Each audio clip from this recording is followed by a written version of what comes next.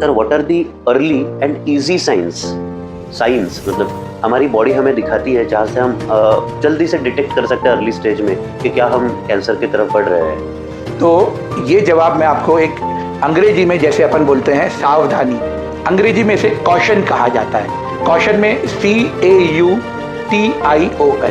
तो पहला वर्ड आता है सी का मतलब है change in the bladder and bowel habit. इसका मतलब है कि 12 हफ्ते से ज़्यादा अगर आपको मोशन फ्री नहीं हो रहा है, कॉन्स्टिपेशन है, तो ये पहला सिम्टम।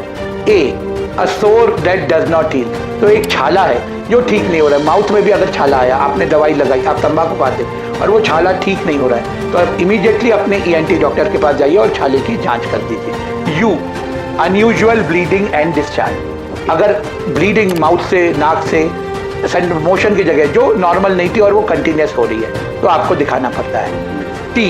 थिकनिंग और in any part of the body और swelling in any part of the body, तो ब्रेस्ट में लंप आ गया है, आपके अंडकोश में लंप आ गया है, पेट में आपको ऐसे सूजन दिख रही है, ये हो गया I। इनडाइजेशन, सो परसिस्टेंट पेट खराबी रह रही है, परसिस्टेंट पेट दर्द रह रहा है, वजन कम हो रहा है।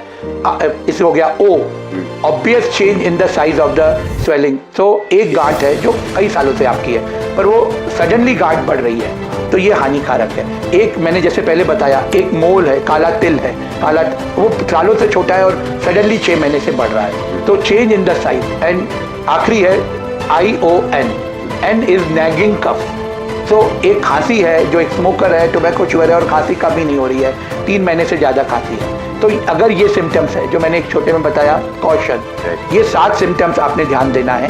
कुछ भी ऐसी चीज़ जो इनमें से आपको लगती है और एक समय से ज़्यादा होती है और दवाई देने के बावजूद भी फिर से हो रही है, तो आपको जल्द से जल्द अपने डॉक्टर को जाके ये सारी चेकअप्स, आपको कैंसर के जो होते हैं चेकअप, वो करा दीजिए।